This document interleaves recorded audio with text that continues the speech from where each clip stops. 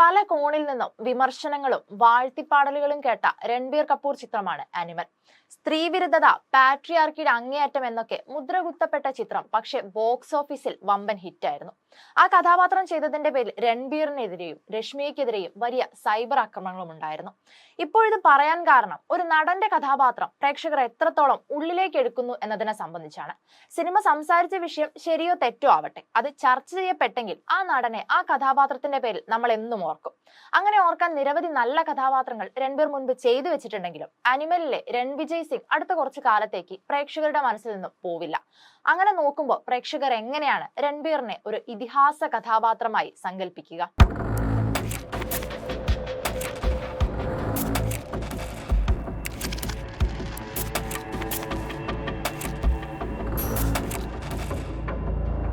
പ്രഖ്യാപിച്ച അന്നു മുതൽ വാർത്താ പ്രാധാന്യമുള്ള ചിത്രമാണ് നിതീഷ് തിവാരിയുടെ രാമായണം. രൺബീർ കപൂറും സായ് പല്ലവിയുമാണ് രാമൻ സീതാ വേഷങ്ങളിൽ എത്തുന്നതെന്ന് റിപ്പോർട്ടുകളും വന്നിരുന്നു.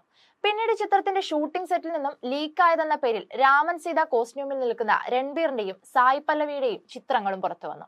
ആരാധകർ വലിയ പ്രതീക്ഷയോടെ കാത്തിരിക്കുന്ന ഈ ബ്രഹ്മാണ്ഡ ചിത്രത്തിലെ ഒരു പ്രധാന പ്രശ്നമാണ് ഇപ്പോൾ മുന്നോട്ട് വന്നിരിക്കുന്നത്. രൺബീർ കപൂറിനെ രാമനായി പ്രേക്ഷകർ അംഗീകരിക്കില്ലെന്നാണ് പറഞ്ഞിട്ടുള്ളത്. ഹിന്ദി രാമായണം ടെലിവിഷൻ പരമ്പരയിലൂടെ പ്രശസ്തനായ നടൻ സുനിൽ ലാഹ്രിയാണ്. 80കളിൽ രാമാനന്ദ് സാഗറിന്റെ രാമായണത്തിൽ ലക്ഷ്മണൻ എന്ന കഥാപാത്രത്തെ അവതരിപ്പിച്ച നടനാണ് സുനിൽ. രൺബീർ വളരെ മികച്ച നടനാണെന്നും രാമന്റെ വേഷം അദ്ദേഹം നന്നായി ചെയ്യുമെന്നും സുനിൽ സമ്മതിക്കുന്നുണ്ട്. ചിത്രത്തിൻ്റെതായി ഇറങ്ങിയ പോസ്റ്ററുകളും നല്ലതാണെന്നും ലുക്കും കറക്റ്റാണ് അദ്ദേഹം പറയുന്നുമുണ്ട്. പക്ഷെ അദ്ദേഹം മുന്നോട്ട് വെക്കുന്ന പ്രശ്നം അനിമൽ എന്ന ചിത്രമാണ്. ആ ചിത്രമുണ്ടാക്കിയ ഇമ്പാക്ട് രൺബീറിന് തിരിച്ചടിയാവാൻ സാധ്യതയുണ്ടെന്നാണ് അദ്ദേഹത്തിന്റെ കണ്ടെത്തൽ. അനിമലായി കണ്ട രൺബീറിനെ രാമനായി പ്രേക്ഷകർ അംഗീകരിക്കുമോ എന്നതാണ് സുനിൽ ലാഹ്രിയുടെ സംശയം.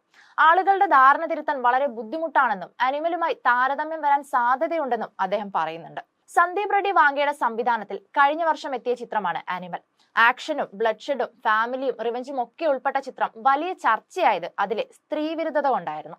സിനിമയിലെ നായകന്റെ പല തത്വം പറച്ചിലുകളും പ്രവൃത്തികളുമെല്ലാം താങ്ങിപ്പിടിച്ചത് പാട്രിയാർക്കിയുടെയും സ്ത്രീവിരുദ്ധതയുടെയും നെടുന്തൂണിലായിരുന്നു. അതൊക്കെ തന്നെയായിരുന്നു ചിത്രം ഇത്രയധികം വിമർശനങ്ങൾ ഏറ്റുവാങ്ങാനും കാരണമായത്.